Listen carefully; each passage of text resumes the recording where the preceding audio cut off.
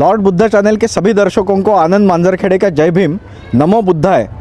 आज का दिन गुजरात इलेक्शन 2022 विधानसभा इलेक्शन के लिए एक ऐसा दिन है कि आज लॉर्ड बुद्धा चैनल की टीम आई हुई है ऐतिहासिक शहर बड़ौदा में, और बड़ौदा के मंगलपुर विधानसभा क्षेत्र में आज हम हैं।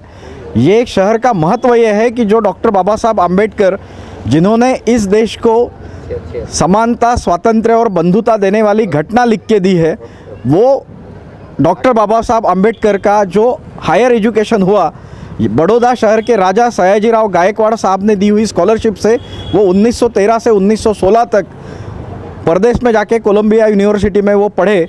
उसके बाद उन्हें और स्कॉलरशिप चाहिए थे, उन्होंने यहाँ पत्र व्यवहार किया था, 1 साल की स्कॉलरशिप बढ़ा के मिली। लेकिन जब वो पहले बार परदेश से पढ़ के यहाँ आए, यहाँ उनके साथ व्यवहार ज़रा ठीक नहीं हुआ।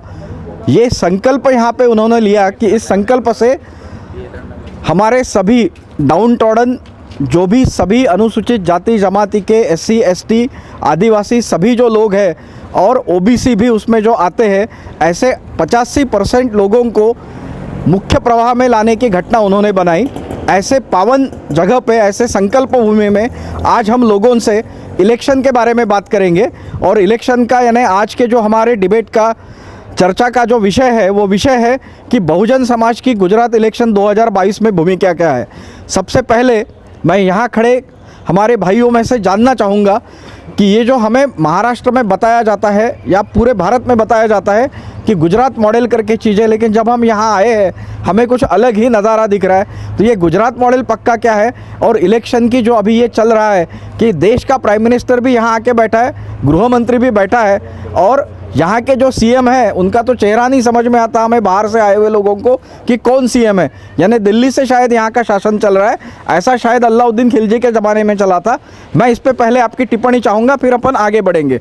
सर, आपका पहले नाम बताएं और आपका एरिया का, और उसके बाद हमारे चैनल के दर्शकों को ये गुजरात इलेक्शन के बारे में बताएं। जी, मेरा नाम धम्मो विनय है, मैं मांजलपुर विधानसभा बड़ौदा में रहता हूँ जी। और ये जो एरिया है, अभी आपने शुरुआत बहुत अच्छी की कि गुजरात मॉडल जी, तो आप देखें यहाँ कैमरा लगा है, ये गुजरात मॉडल देखिए अभी काम चल रहा है चुनाव के समय में, ये दिखावा है गुजरात मॉडल और कुछ नहीं है। 25 साल के 25 साल के बाद भी अभी रोड तैयार नहीं है।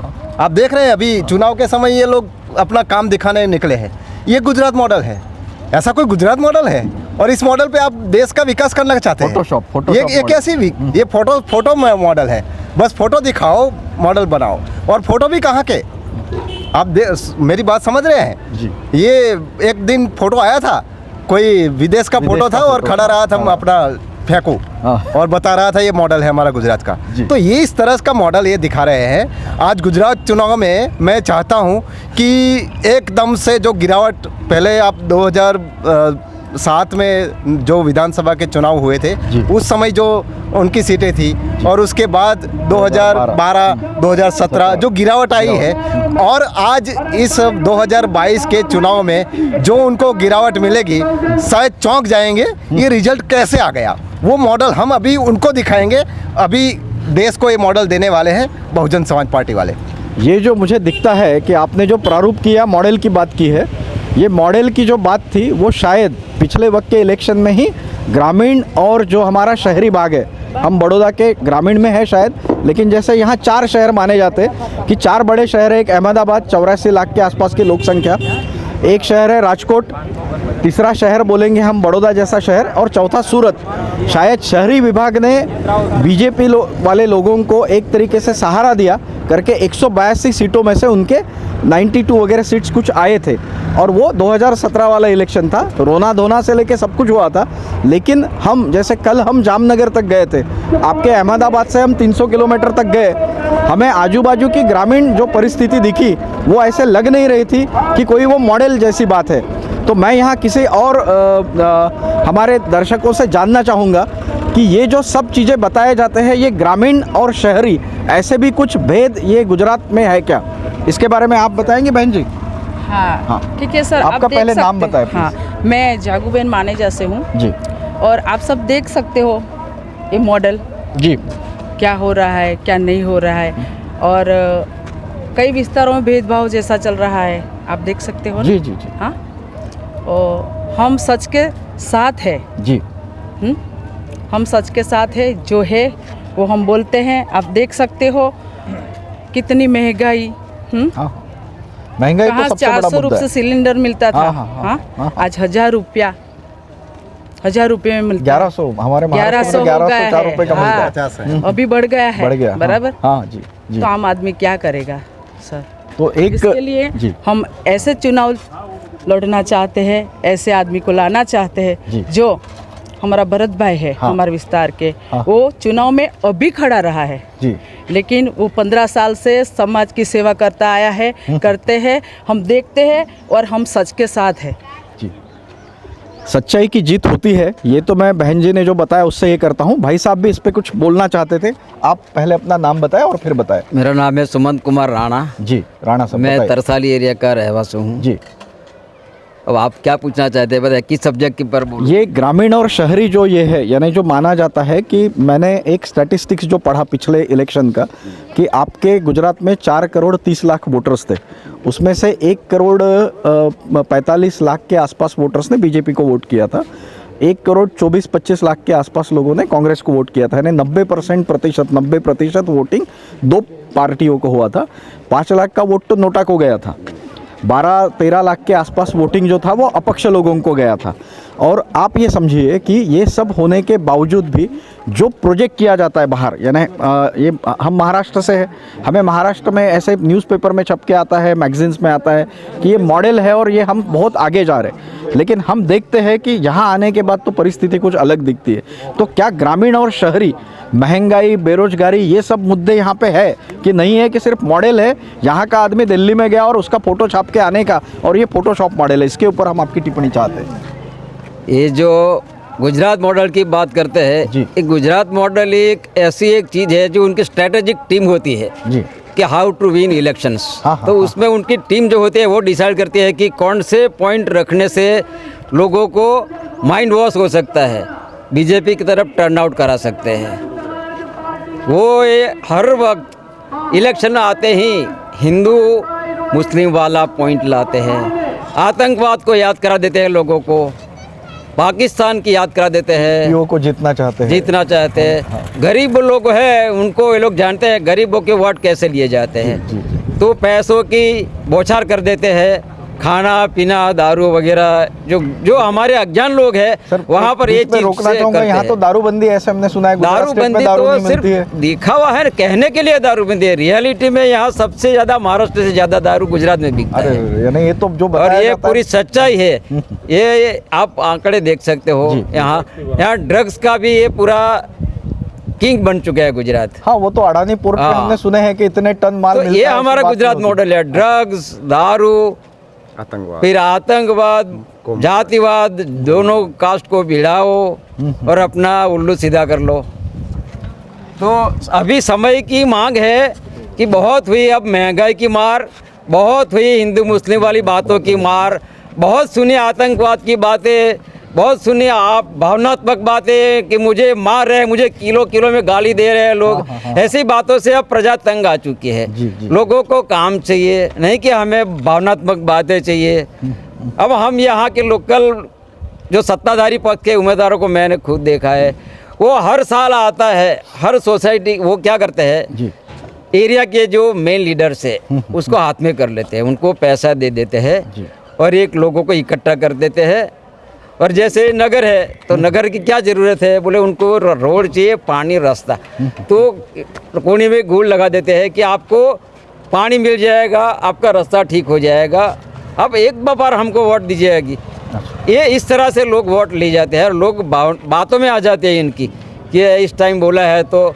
और ये हमारे जो सोसाइटी के प्रमुख को हाथ में करने से वो भी बोलता है कि भाई ये काम हमारा हो जाएगा, इनको वोट दीजिए। हमारी सोसाइटी में मैं हर साल ये भाई जो यहाँ का है सत्ताधारी, वो हर साल आता है, हर 5 साल में सबको इकट्ठा कर लेता है, एक आदमी को पकड़ के इकट्ठा कर लेता है और सबको ये बातें कही जाती है कि आपको एक पानी का भी प्रॉब्लम है, मैं आपको एक कनेक्शन दे दूंगा।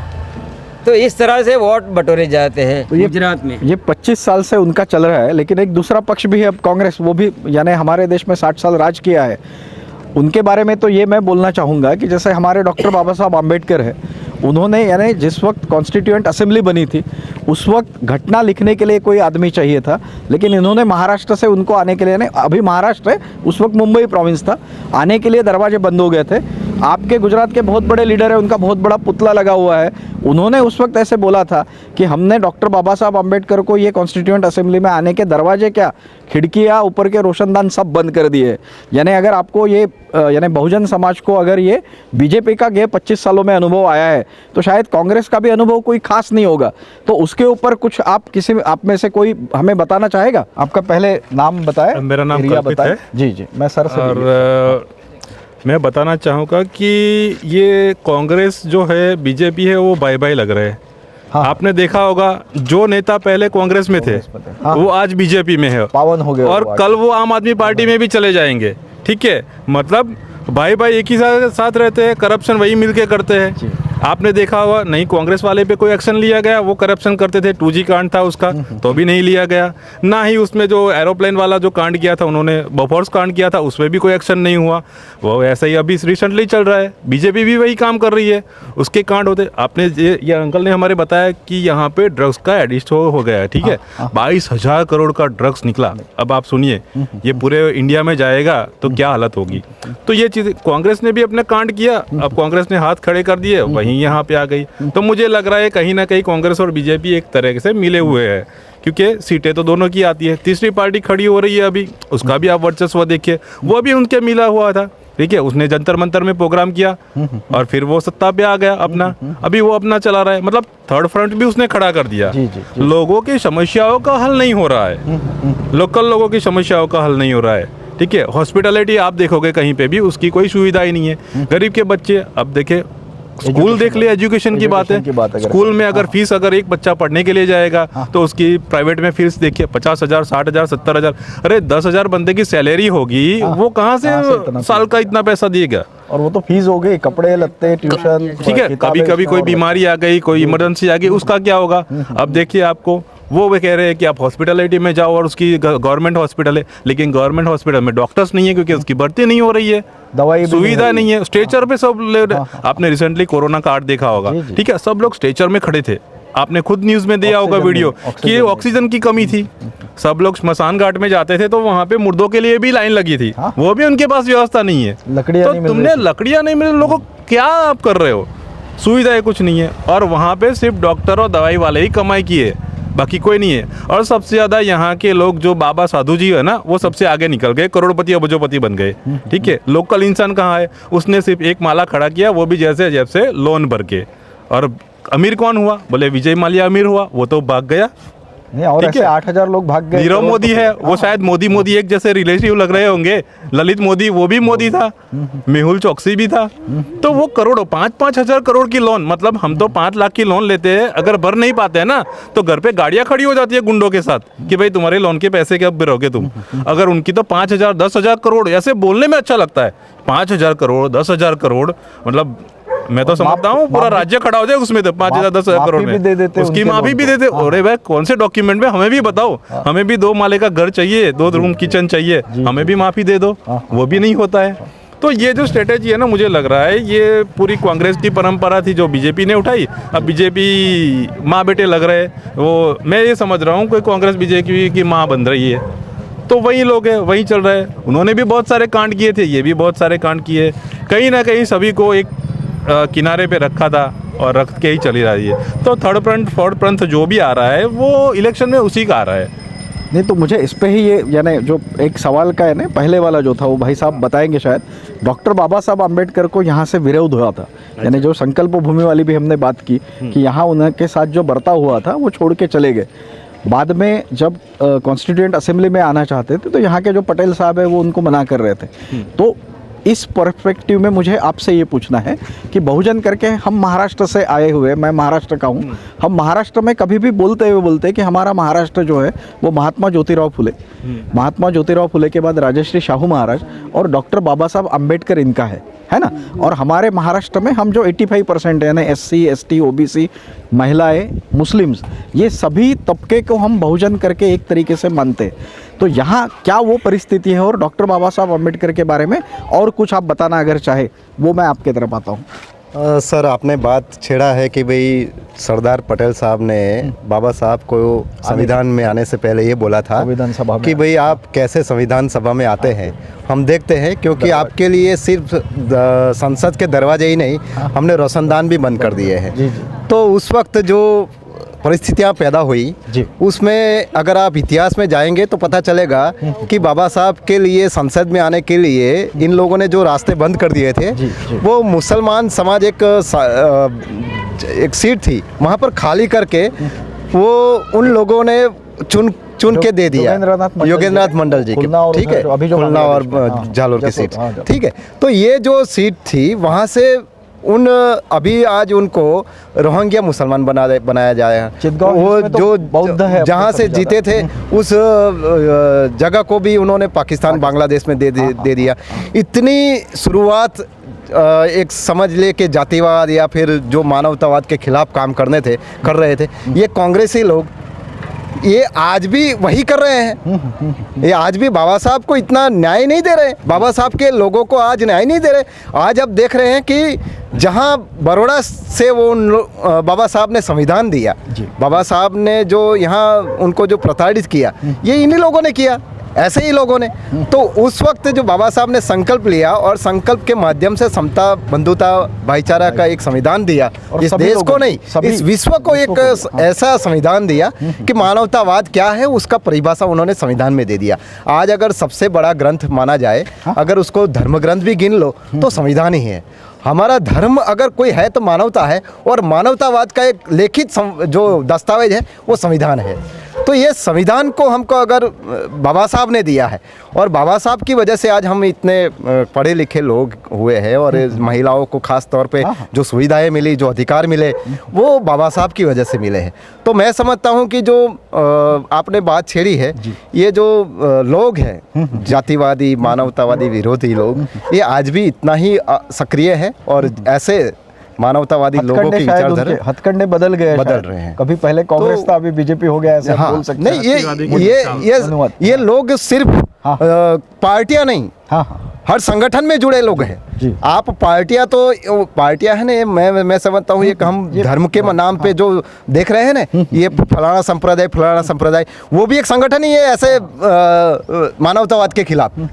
मैं आपको नाम दूंगा तो अब बहुत सारे लोग बुरा मान जाएंगे, नाम नहीं दे रहा हूँ, लेकिन ऐसे सांप्रदायिक संगठन बनाने वाले लोग आज इस मानवतावाद के खिलाफ, इस संविधान के खिलाफ काम कर रहे हैं। और ऐसे साधु संत भी संविधान के खिलाफ बोल रहे हैं। इस देश की लोकशाही को कलंक है। जैसे उस वक्त गांधी ने कहा था कि हिंदू धर्म के लिए जातिवाद कलंक है, ऐसे ही आज ये लोग कलंक बन गए हैं। नहीं, आप जो बात कह रहे हैं वो एकदम सही है। यहाँ हमारी इतने सारी बहनें खड़ी है। आज हमारे देश को दूसरी महिला राष्ट्रपति मिली है, और ये दूसरी महिला राष्ट्रपति मिलना किस कारण संभव हुआ कि एक घटना है हमारे देश में, एक लिखा हुआ है कि हम सब समान हैं। अगर ये लिखा नहीं जाता और हमारे प्रज्ञा सूर्य डॉक्टर बाबा साहब आम्बेडकर जैसा अगर लिखने वाला, जो उस ज़माने का सबसे पढ़ा लिखा, और आज भी कोलंबिया यूनिवर्सिटी में अमेरिका में लिखा हुआ है कि वो नंबर 1 के ब्रिलियंट आदमी थे, कि समाजशास्त्र से लेके मानव वंशशास्त्र तक, राज्यशास्त्र से लेके ये सभी मामलों में, और इकोनॉमी में भी अपन उनका ये नाम ले सकते कि ये नंबर 1 के थे।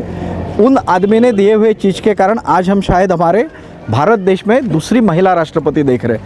लेकिन मुझे उसी इसमें एक आगे का सवाल पूछना था कि यहाँ अभी इलेक्शन में एक हमारी महिला मिनिस्टर आई थी, वो टीवी पे काम कर के मिनिस्टर बन गए। यानी देखिए कि टीवी का काम उनके लिए इतना ये हो गया कि वो उस वक्त 400 रुपये का सिलेंडर था, तब शायद उनका जो वेट था वो 400-450 का, तब वो रास्ते पे उतर के आते थे। आज 1100 होने के बाद हमने न्यूज़ चैनल्स और इसी में देखा कि उन्हीं के सभा में महिलाओं ने पूछा कि सिलेंडर का भाव इतना बढ़ गया कि महंगाई की मार हो रही है। अपन जो आदमी लोग हैं, शायद अपन तो बाहर रहते हैं, हमें पता नहीं चलता कि घर में हमारी माताएँ, बहनें और जो ये है ये कैसे चलाते हैं। इनको गैस सिलेंडर से लेके तो रोज़ की सब्जी भाजी तक इतनी महंगाई की मार पड़ रही है। इसके मामले में मैं थोड़ा सा महिलाओं से की तरफ से कुछ मत जानना चाहूँगा। दक्षाबेन, कहाँ के रहने वाले आप? यहाँ के बड़ौदा वाले। जी हाँ, अब बताएं। आप गुजराती में बोलिए, कोई दिक्कत नहीं। મોંઘવારીમાં તો આવે છે, શાકભાજી છે, ગેસના બોટલ છે, અને ઘણું બધું મોંઘવારીમાં, એટલે બહુ જ મોંઘું કરી નાખ્યું છે સરકારે. અને સરકાર આ બધું કરે છે, આ બધા ગરીબોને જ મારી નાખે છે સરકાર, એમનું શોષણ જ કરે છે સરકાર. આ જે કેવડિયા કોલોની જે વિજયભાઈ વલ્લભ પટેલની એમની જે સ્ટેચ્યુ બનાવ્યું છે, સ્ટેચ્યુ ઓફ યુનિટી બોલતે હૈ વો, હા હા 300 કરોડ સુધીનું એમને એટલું એ કર્યું છે, તો એ જમીન અને એ બધું ગરીબોનું એ લોકો એ કર્યું છે. એટલે સરકાર આદિવાસી એસસી એસટી અને આદિવાસી એ લોકોને બધાની જમીનો સરકારે પડાવી લીધી છે, મકાનો લઈ લીધા છે અને બધી રીતના રોડ પર કરી દીધા છે. એ લોકો રોજી એમની છીનવી લીધી છે. આ સરકાર ગરીબોને મારી નાખવા બેઠી છે. એ સરકાર પૈસાવાળોની છે, ગરીબની નથી. એટલે આ જે શોષણ બધા ગરીબોને જ કરે છે સરકાર.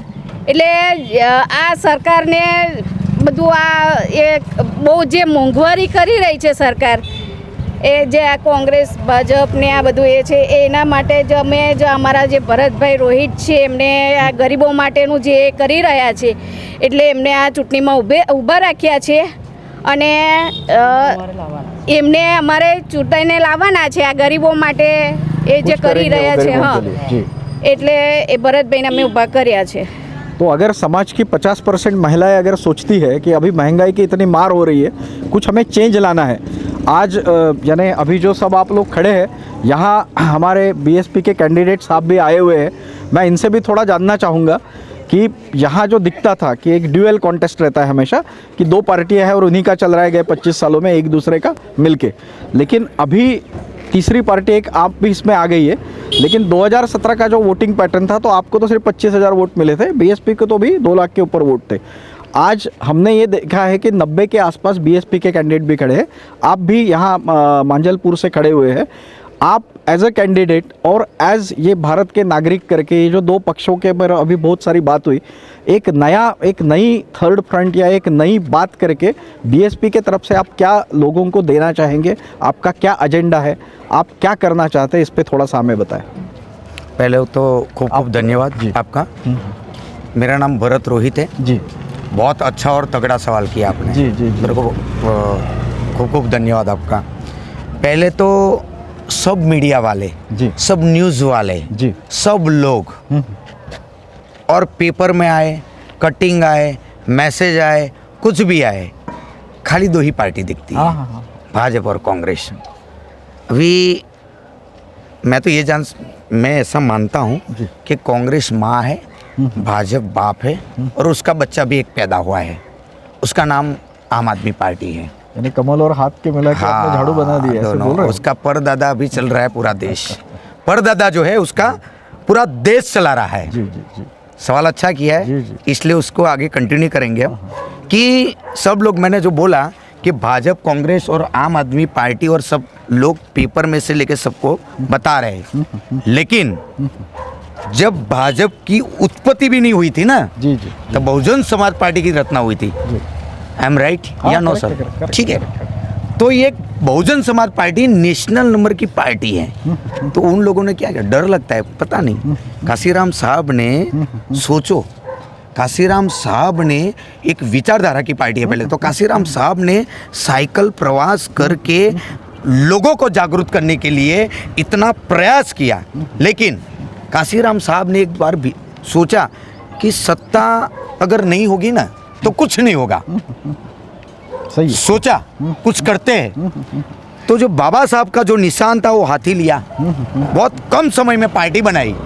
पार्टी बनाने के बाद बहुत कम समय में, बहुत यानी 10, 15, 20 साल आप ले लो, इतने में तो 4 बार मायावती मैडम को यूपी में, उत्तर प्रदेश में मुख्यमंत्री बनाई. तो अभी भी बोल रहे लोग क्या कि भाई भाजपा, कांग्रेस, अन्य पार्टी, अन्य नहीं है. यानी 2 ही आते हैं नाम. अगर हाँ, 2 ही आते. क्यों? वो उसका 2-3 जवाब है सर. पहले तो डर लगता है. यस. क्यों? ये पार्टी विचारधारा की है ना सर, इसलिए डर लगता है. अल्टरनेटिव विचारधारा ना खड़ी हो पाए. हाँ, ये सब, ये इन लोगों को पता है सर कि ये सब 85% जाग गए ना मूड निवासी, तो हम मर जाएंगे, हमको भागना पड़ेगा. जैसे मुगलों ने हजारों साल राज किया, अंग्रेजों ने 100 साल राज किया, लेकिन उनका राज चलाने वाले वही लोग थे. वही प्रॉब्लम है. टिळक साहब ने महाराष्ट्र में लिख के रखा है आर्टिक्ट होम ऑफ वेदाउस और हम लोग वहाँ से Yes. आए हैं, उन्हें वापस जाना पड़ेगा अगर जाना हम पड़ेगा, बहुजन जाना जाग पड़ेगा। गए। सर वही चीज बता वही रहे हैं। चीज जी, तो हाँ, वो 100 ईयर्स उन लोगों ने राज किया, अभी वो सोचते हैं कि हम राज करें। जी। हम राज कैसे करें? डिवाइड एंड रूल्स, अंग्रेजों भागला की, जो करने की जो रीत है वो लोग यूज कर रहे हैं, लेकिन अभी की जो जनता है ना जी। वो भर निंद्रा में है सर। जो मूल निवासी लोग हैं ना, अगर एकजुट हो जाए ना सर, तो ये देश भारत देश को सत्ता पर बैठने में कोई रोक नहीं सकता, क्योंकि ये विचारधारा की पार्टी है। ये जो 85% लोग हैं उन लोगों को ये यूज कर रहे हैं, उपयोग कर रहे हैं। क्या कर रहे हैं ये लोग? हमारे लोगों को इतने माइंड्स, उन लोगों ने ऐसी पद्धति रीत बनाई है, लेकिन बाबा साहब ने हम लोगों को संविधान दिया, हक दिया पढ़ने का, लिखने का, और 1950 के पहले का देख लो सर, वो भूल गए सब साले गद्दार लोग। मैं तो गद्दार बोलूँगा सर, मेरे को किसी का डर नहीं है। मैं तो अपन आपकी ये मीडिया के हिसाब से बोल रहा हूँ कि अगर गृह मंत्री आ जाए, हमारा मुख्यमंत्री, जिसको उसके आगे के भी मुख्यमंत्री बोलने का भी तरीका नहीं था, अगर वो भी आ जाए ना सर, ऑन द स्पॉट में डिबेट करने के लिए भी राजी हूँ। बैठ जाए मेरे सामने और मेरे को बताए 10 मिनट के पहले कि हम आ गए, आ जा। और उन लोगों का जितने भी लोग रिसर्च करने वाले माइंडेड लोग हैं, वो 3 दिन तक 5 दिन तक रिसर्च करो कि इस बंदे को कैसे हम गुमराह करें।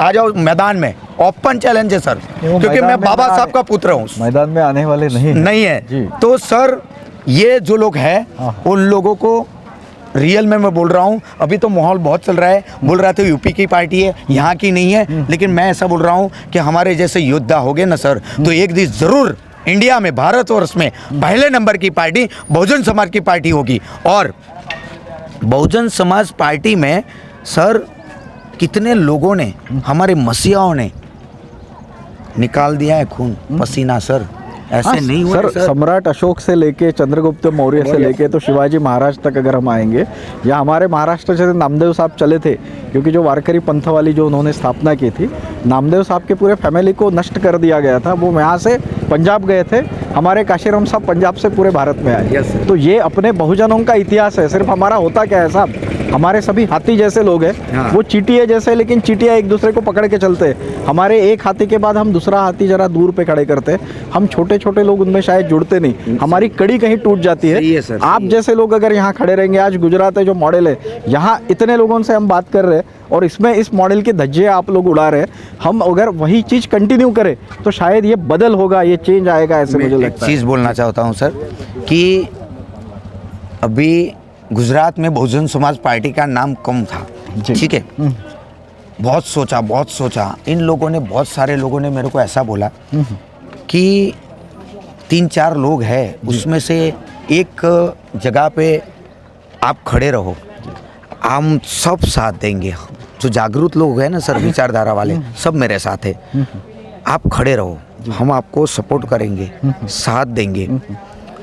अभी युवा और एजुकेटर बंदे की ज़रूरत है। और मैं ये बताना चाहता हूँ सर, पूरे भारतवर्ष, पूरे भारत देश में, ये माजलपुर विस्तार में जो बड़ौदा में खड़े हैं, बहुजन समाज पार्टी का अभी से नारा शुरू हो गया है सर।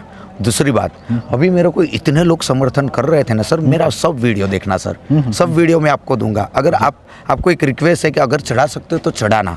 ये इलेक्शन का नहीं, उसके पहले का भी, अभी का भी। मेरे को सिर पर हाथ रख के आशीर्वाद दे रहे हैं और बोल रहे हैं कि हम लोग पानी गटर से लगभग 35 साल से, अभी 3 दिन पहले का मेरा वीडियो है सर, मैं गरीबों के बीच में गया हूँ। बोल रहे कि 87 से लेके हम लोगों ने 500 अर्जियाँ दी है, किसी ने नहीं सुना। वो क्या करते हैं कि आपकी वोट की जरूरत नहीं है। जब वोट आता है तो लीडर को, इस साहब ने बताया, हमारे जो सर थे उसने बताया कि एक लीडर, एक प्रमुख को क्या कर देते हैं, 50,000 लाख रुपया, 10,000 वोट ये करते हैं उन लोगों के, दे दो 10,000 5,000 सबको और दारू दे दो। गुजरात में दारूबंदी है नहीं है, महाराष्ट्र में अच्छा है सर, ओपन है। और ड्राई डे बोलते हैं ना, उसी दिन होता है। यहाँ पे तो हर दिन ड्राई डे बोलते हैं, ड्राई डे नहीं होता है, पीने दे बोलते हैं हम। ये सब जगह पे जहाँ पे जाऊँ, अभी इलेक्शन में भी दारू सब बांट रहे हैं सर। हमारे पास मूड़ी नहीं है, लेकिन हमारे पास बहुजनों की ताकत है, वो जागरूक नहीं है। अगर वो जागरूक हो जाए, बाबा साहब का विचार जो अगर माइंड में और दिल में डाल देना सर, उन लोगों की ताकत नहीं है 500 महारों का जो इतिहास है ना फिर से दोहरा सकते हैं हम, इतनी ताकत वाले हैं। लेकिन दोगले लोग और वो 500 रुपया वाले लोग, हमारे ही समाज के लोग हम लोगों के साथ गद्दारी करके दूसरे पार्टी में रख के जोड़ना पड़ेगा, हमें उन्हें जोड़ना हम सर वही काम कर रहे हैं सालों से। बाबा साहब ने बोला था, पढ़े लिखे लोगों ने मेरे को धोखा दिया। मेरे साथ हाँ।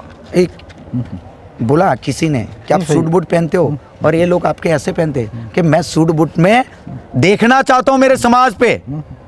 इसी टाइम पे बोला था वो मसीहा ने। आज सब सूट बूट पहन के घूमते हैं। अपनी दीवारों पे लिख दो हम इस देश के शासक है। अभी मैं जो खड़ा हूं ना इसी बेद दौलत से खड़ा हूं सर। शासन करते जमात बनो करके यस, उन्होंने बोला। पहले राजा से कुक के जन्म लिया तो वो कुंवर वो राजा बनता था। नसबंदी कर दी मेरे बाप ने, हमारे बाप ने नसबंदी कर दी। हम सभी राजा बन सकते हैं, कोई भी राजा बन सकता है। तो बहुजनों को मैं रियल में पूरे देश को मैं आप संदेश क्या देना चाहेंगे सभी? सर संदेश ये देना चाहता हूँ, ये जनता को, पहले भारतवर्ष को, बहुजनों को ये संदेश देना चाहता हूँ। एक कड़ी से 2 3 4 5 एक बार कड़ी खाली पकड़ कर दो, विचारधारा बाबा साहब की। और हमें अरे यार मेरे घर में मेरे बाप है, मैं दूसरे को क्यों बाप बोलूँ? मेरे घर का जो बाप ने 4 संतान चले गए, जब जाना था तब भी बोला कि आ जाओ, आपके बेटे नहीं है इस दुनिया में, तो भी बाप ने बोला 6 करोड़ मेरे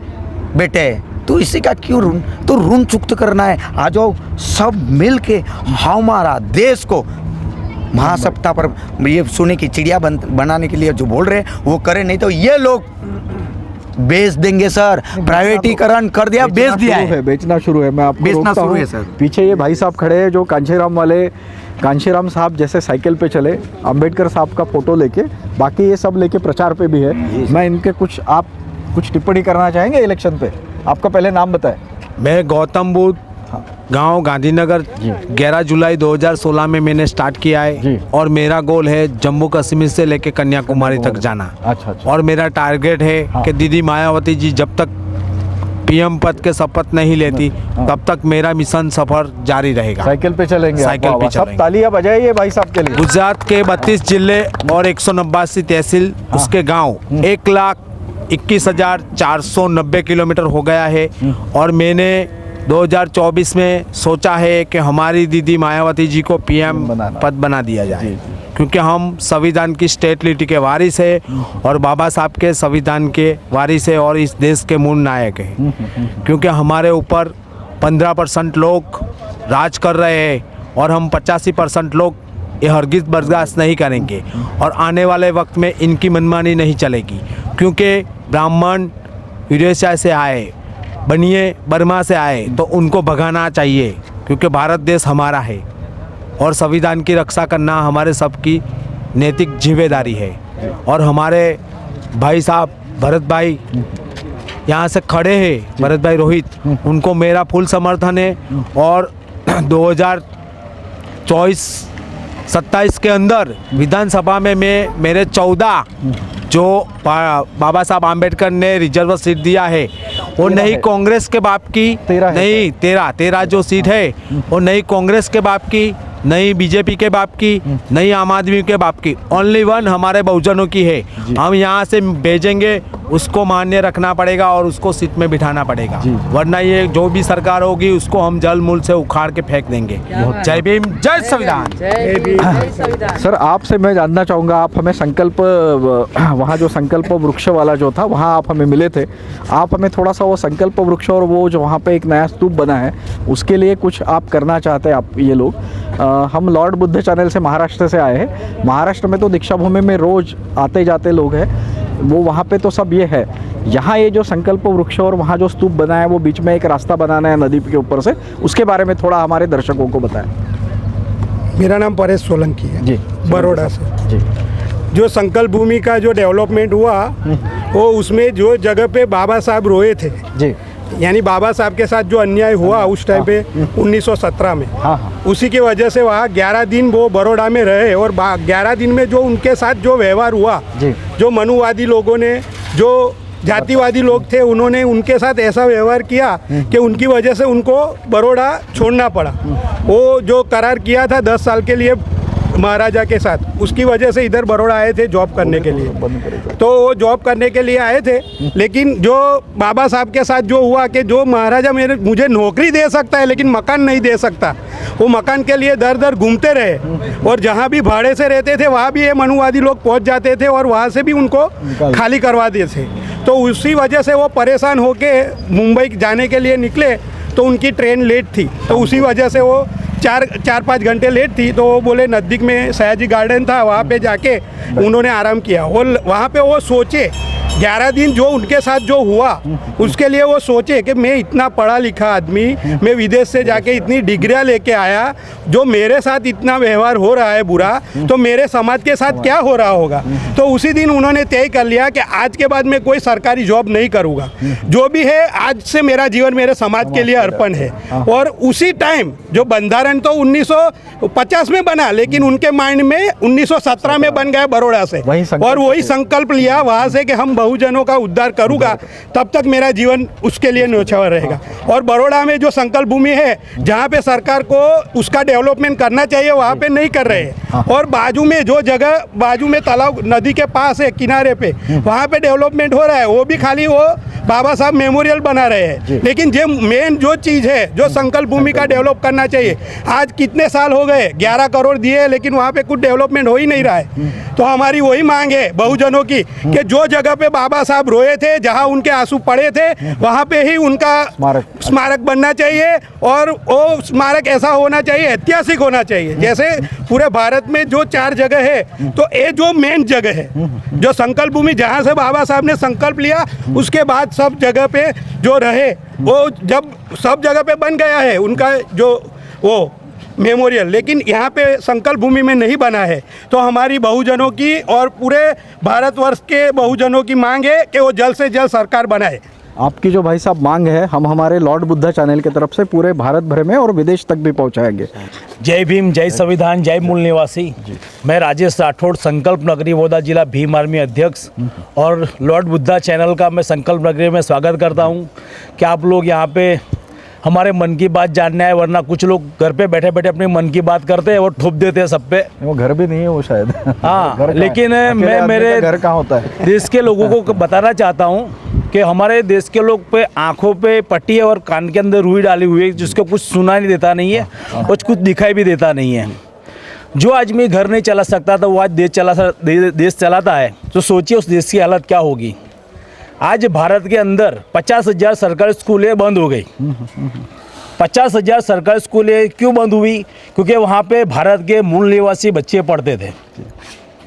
अब ये मूल निवासी बच्चों आगे ना बढ़े और इनके नौकर बन जाए, इनके गुलाम बन जाए, ये षड्यंत्र अभी नागपुर से चालू है। और आने वाले समय में लगभग 5 साल के 24 तक और भी 8 से 10 हज़ार स्कूल बंद होने की कगार पे। ये बात बंद होना इसलिए नहीं कि स्टूडेंट्स नहीं है, प्राइवेट स्कूल के अंदर बच्चों को एडमिशन नहीं मिल रहा है, प्राइवेट यूनिवर्सिटी में बच्चों को एडमिशन नहीं मिल रहा है। लेकिन हमारी सरकारी यूनिवर्सिटियाँ ख़त्म हो रही है, सरकारी स्कूलें ख़त्म हो रहे हैं, सरकारी जहाँ भी रोजगार है वो सब खत्म हो रहा है। एक षड्यंत्र रूप हो रहा है। भारत के मूल निवासी जो बाबा साहब की आरक्षण की मलाई खा रहे थे, जो अंधे बने बैठे, उन लोग को मैं कहना चाहता हूँ आपके माध्यम से, आपका नेशनल चैनल है, सभी को बोल रहा हूँ कि जो बाबा साहब ने आपके उपकार किया है, उनका बहुत बड़ा बलिदान है, उनके बलिदान को ऐसा नहीं छोड़ना चाहिए। और गुजरात, आप यहाँ पे आओ तो गुजरात में एक बात को बताता हूँ मैं, ये गुजरात RSS और भाजपा का प्रशिक्षण केंद्र है। लेबोरेटरी बोलते हैं वो पहले, ये लेबोरेटरी इन लोगों की, और लेबोरेटरी इसलिए कि यहाँ पे लोग पत्थर मारते हैं।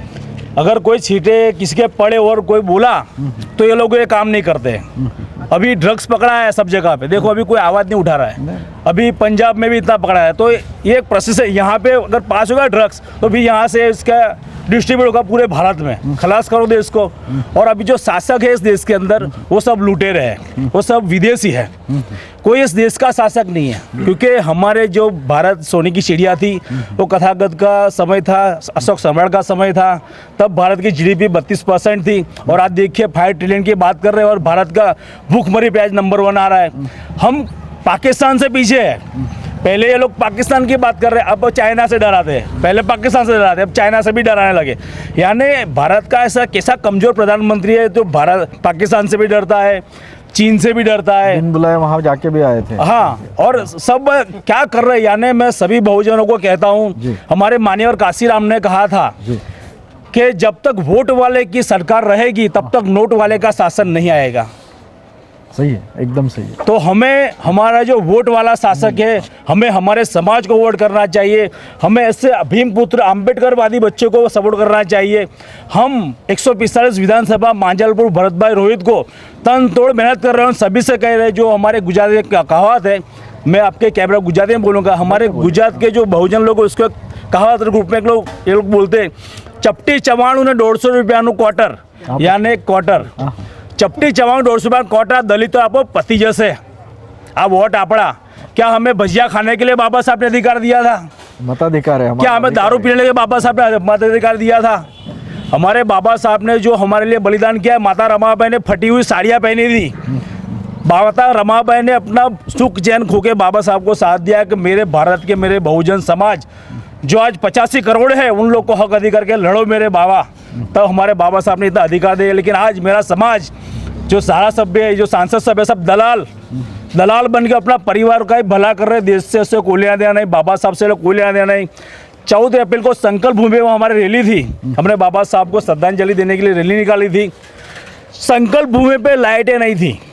14 अप्रैल के दिन जब राम जन्मभूमि थे, पूरे भारत के मंदिर सजा थे, हमें कोई दिक्कत नहीं है, सजा दो आप। लेकिन हमारा जो मंदिर है, जहाँ हमारे बाबा साहब रोए थे, जहाँ हमारे बाबा साहब बैठे थे, वहाँ पे लोग ने काला अंधार रखा था, कोई ये भूमि देख भी नहीं पाए। और इस भूमि का प्रचार आज भी रोका हुआ है। आपकी चैनल को जो मूल निवासी चैनल है, सब वहाँ पे आती है, सब विजिट करती है, और वही लोग के माध्यम से संकल्प भूमि का प्रचार होता है। वरना ये लोग ने मनुवादी सांप अजगर ये लोग भूमि को खाने को लिए बैठे हैं।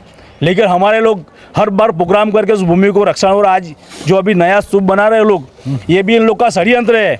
जय भीम बोलना, लेकिन भीम के लिए कुछ ना करना। खाली ये लोग दिखाते हैं ऐसा बना बना के कि हम तुम्हारे जैसे। आम आदमी पार्टी बाबा साहब का बिठाती है, फोटो दिखाती है, भगत सिंह का दिखाती है, लेकिन जब हमारे हक अधिकार देने के बात आती है तो हमारे जो भी जितने भी हक अधिकार है, आज ये मनुवादी अजगर हमारे हक अधिकार खा रहे हैं। और हमारी संकल्प भूमि को भी आज ये लोग चाहते हैं कि हथियार ले, और हमारे लोग को पता ही ना चले हमारे बहुजन का इतिहास। आज डॉक्टर बाबा साहब अम्बेडकर को भी कोई, उनके जो परिवार है उनको भी कोई जानता नहीं है, क्योंकि उन लोग ने प्रचार प्रसार होने दिया ही नहीं।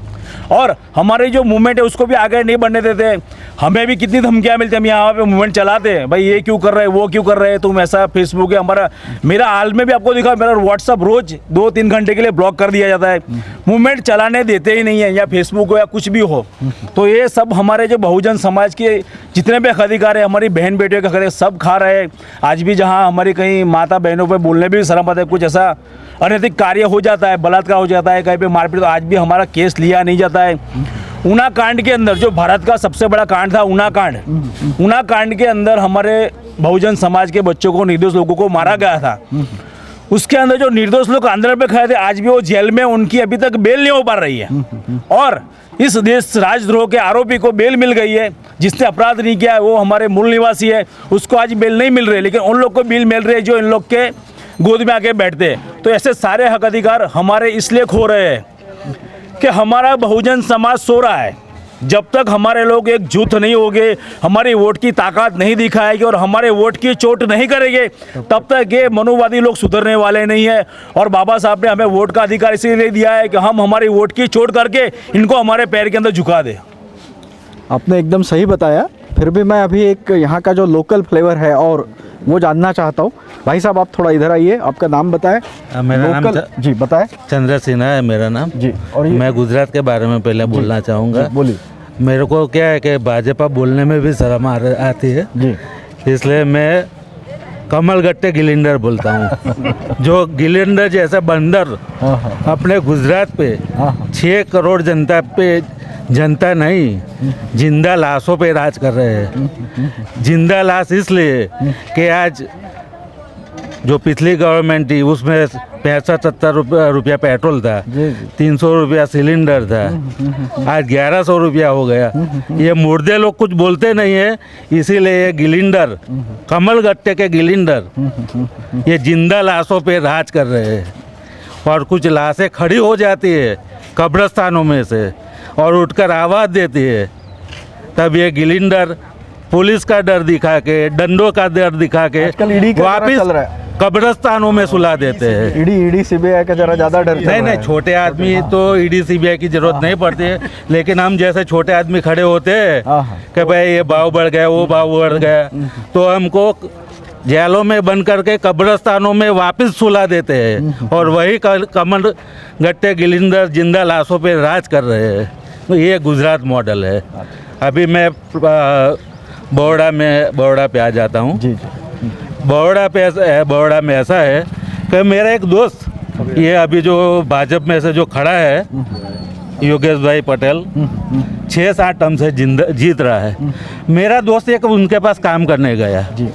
अभी वो दोस्त ने कुछ काम बताया तो मतलब उसको बोलते बोलते भी मेरे जैसे लड़खड़ा रहा हूँ, ऐसे मेरे से भी लड़खड़ा रहा था। 77 साल की उम्र है और उनकी। बोला कि कागज रख दो, मैं बाद में देख लूँगा।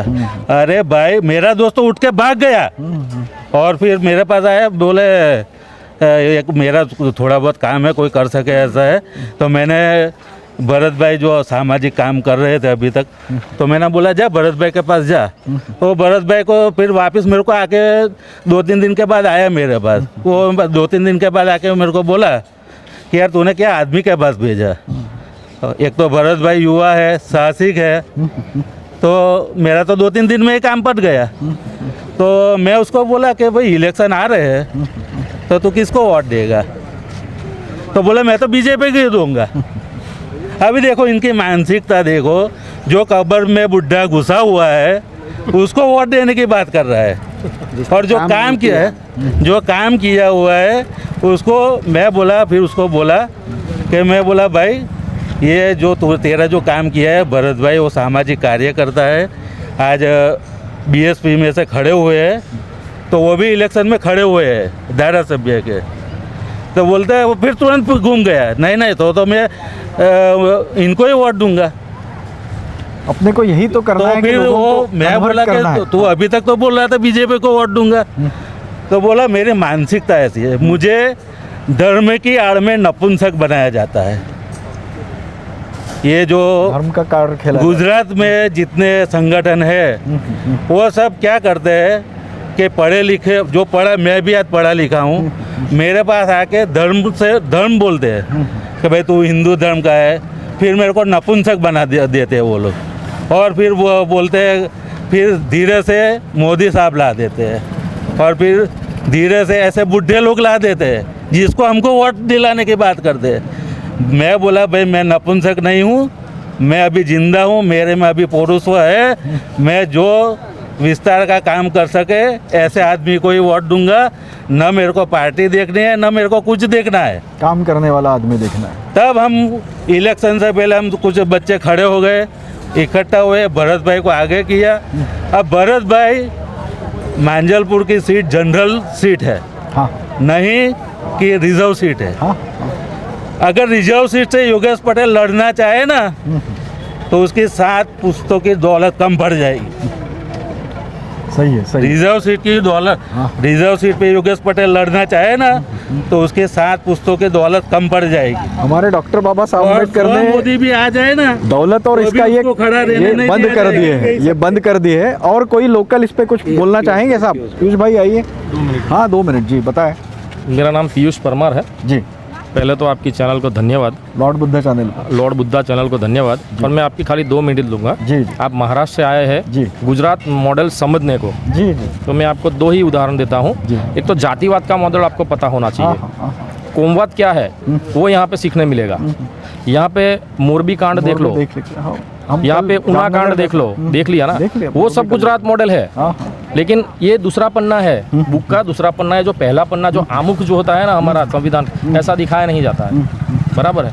दूसरी बात, एक उदाहरण के तौर पे हमारे बोडेली में, छोटा उदयपुर डिस्ट्रिक्ट है यहाँ पे, उसका एक तहसील है बोडेली। छोटा उदयपुर है। बोडेली में 2 साल से बाबा साहब आम्बेडकर की प्रतिमा, पूर्ण कद की प्रतिमा आई हुई है, लेकिन ये अंधी बहरी सरकार को 4x4 की जगह नहीं मिल रही है। उसके लिए हमने बहुत कार्यक्रम किए, बहुत बार हमने कलेक्टर से लेके नीचे तक मामलतदार को सबको आवेदन पत्र दिए। ये एक गुजरात मॉडल है। अगर गुजरात मॉडल अभी ये दिख रहा है, ये गुजरात मॉडल चल रहा है, अभी ये चल रहा है। 25 और अगर साल बाद। गुजरात मॉडल में अगर गुजरात में विकास हुआ है, अगर 22 साल से ये सत्ता में बैठे हैं तो हर हफ्ते नहीं आना पड़े मोदी साहब को, यही गुजरात मॉडल है। जी जय भीम। जय भीम। मांजलपुर विधानसभा क्षेत्र से और बड़ौदा जैसे संकल्प शहर में से हमने यहाँ की आम जनता के साथ चर्चा की।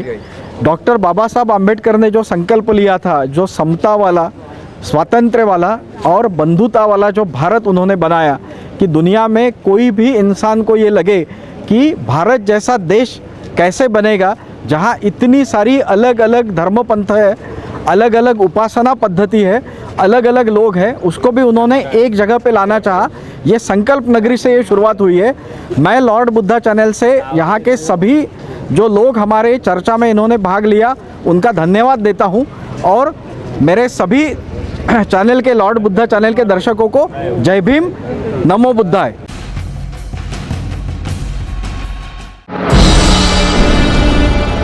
आप देख रहे हैं लॉर्ड बुद्धा टीवी।